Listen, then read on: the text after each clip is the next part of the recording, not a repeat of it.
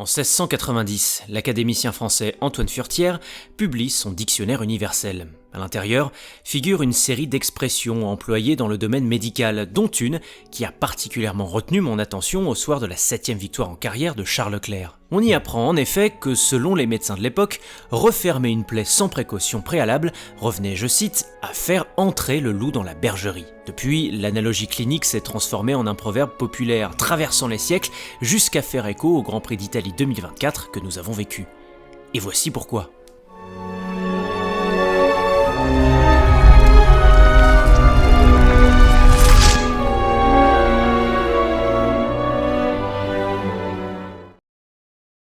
La bergerie McLaren paraissait majestueuse, étincelante, robuste. Ses moutons se montraient au premier coup d'œil ordonnés et dociles, et son enclos semblait en mesure d'arrêter toute menace extérieure. Mais la manœuvre osée d'Oscar Piastri sur son équipier Lando Norris à l'extérieur de la chicane Roggia dès le premier tour mit un terme à cette illusion. De telle sorte que du hat-trick de Zandvoort et de la pole position de Monza, il ne reste plus grand-chose, si ce n'est une confirmation de ma chronique néerlandaise. La menace numéro 1 de Norris n'est pas exogène, mais endogène. Et tant que le jeune Britannique ne la jugulera pas, Max Verstappen pourra dormir sur ses deux oreilles jusqu'à la fin de la saison, car les défiances de Piastri ne feront que se répéter. Avant-hier, le sprint autrichien, hier le départ hongrois, aujourd'hui la deuxième chicane italienne. L'Australien a mis une fois de plus en exergue la fébrilité de Norris à prendre le pouvoir sur sa maison de manière pérenne et surtout la pauvreté de la gestion pilote chez McLaren. Car l'absence de consigne d'équipe en faveur du Britannique a, quand on y réfléchit bien, imposé aux deux pilotes une stratégie à deux arrêts dont ils auraient très bien pu se passer. Au contraire, le Murray Walking laissa ses pilotes libres de se battre dès lors que Lando eut repris la P2 à Leclerc après les premiers arrêts,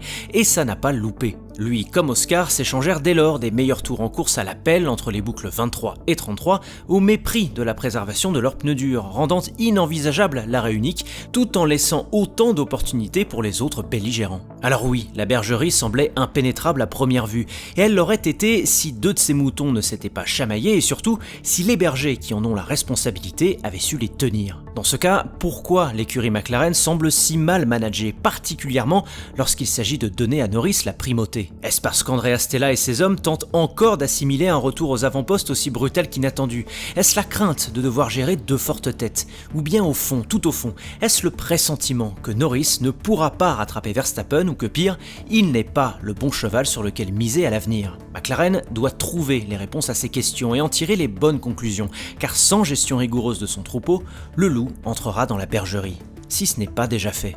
Car le loup de Monza, le sublimissime Charles Leclerc à bord de sa SF24, ne s'est pas fait prier pour remporter avec panache sa deuxième victoire en Italie. Il faut dire qu'à domicile et au volant d'une monoplace bénéficiant d'un nouveau package aérodynamique, l'instinct de prédation du monégasque pouvait s'exprimer à son plus haut potentiel. Mais en dépit de ce contexte déjà prometteur, Leclerc a délivré un week-end encore au-dessus des attentes. Alors comment le loup est-il entré dans la bergerie McLaren après s'être élancé 4e seulement? Eh bien tout simplement grâce à un premier tour décisif qui le vit déposer un George Russell chahuté au départ et surtout un Lando Norris fragilisé suite à son escarmouche face à son coéquipier à la chicane Roggia. Cette dernière manœuvre, opportuniste avant l'ESMO 1, fut en effet cruciale pour le reste de la course, car elle lui permit de rester au contact du leader Piastri et donc, en partie, de conserver les 2 secondes 6 d'avance fatidique au drapeau à damier. Le loup ayant trouvé la faille dès le tour 1, il lui restait alors à répéter l'exploit que George Russell n'avait pu entériner à Spa-Francorchamps il y a un peu plus d'1 mois, à savoir surprendre ses adversaires directs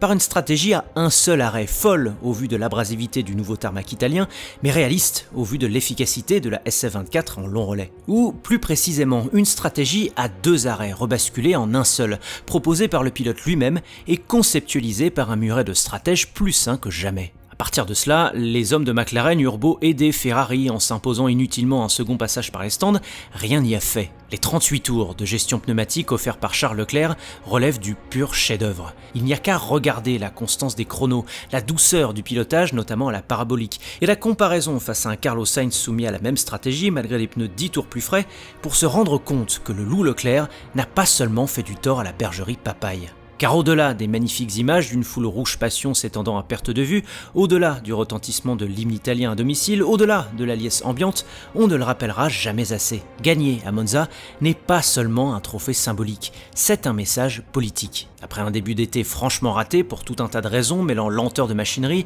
malchance, impatience et surpilotage, Charles Leclerc est de retour et de surcroît en Italie. Et à l'heure où Lewis Hamilton, son futur coéquipier, commence tout juste à faire connaissance avec les tifosi, Charles fusionne encore un peu plus avec eux au gré de ses performances, ce qui, quand on connaît l'influence historique des supporters italiens sur la Scuderia Ferrari, pèsera de son poids. Il appartient donc à Leclerc de confirmer cette victoire en faisant preuve à chaque fois de cette maestria polyvalente, en conservant Carlos Sainz derrière lui autant qu'il le faudra, bref, en démontrant à son équipe et à l'Italie tout entière que le gros lot pour 2025, c'est lui. Car l'an prochain, un nouveau loup entrera dans la bergerie Ferrari. Et pas des moindres. En F1, qui est le loup et qui est le mouton? Qui est prédateur et qui est proie? Et surtout, qui décide de qui est quoi? Le cas Kevin Magnussen impose quelques éléments de réponse après l'annonce de la suspension du Danois pour le prochain Grand Prix à Bakou. Il faut dire que K-Mag n'a eu de cesse que de cultiver cette image de loup, craint par l'ensemble de la bergerie F1.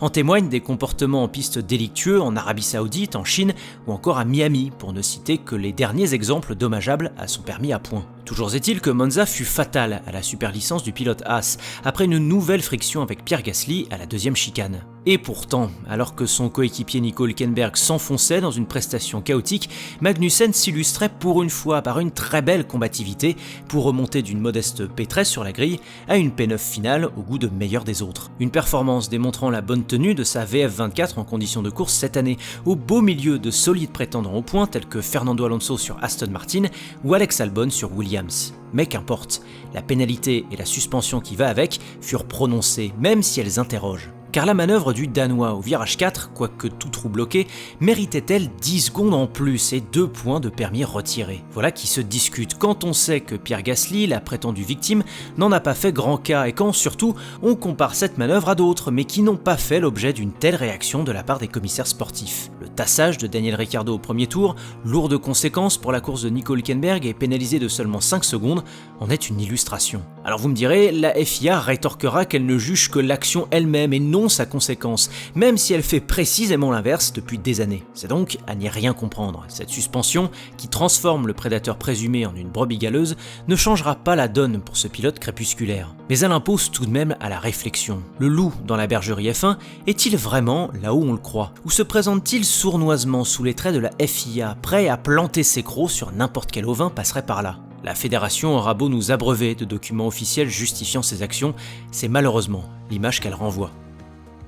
Monza l'a rappelé, la F1 est une bergerie mal gardée. McLaren, malgré l'apparence d'un enclos infranchissable, a laissé l'instinct de ses moutons précipiter sa chute, faute de bergers compétents. Leclerc, tel un prédateur aguerri, a su exploiter la moindre faille de ses adversaires pour s'insérer parmi ses proies. Quant à Kevin Magnussen, son image de nuisible pourrait bien avoir été façonnée par une fédération plus prompte à sortir ses griffes qu'à protéger ses brebis. Malgré tout, une question taraude. Où est passé le loup invincible de notre bergerie, celui qui avait empilé 7 victoires en 10 premiers Grands Prix?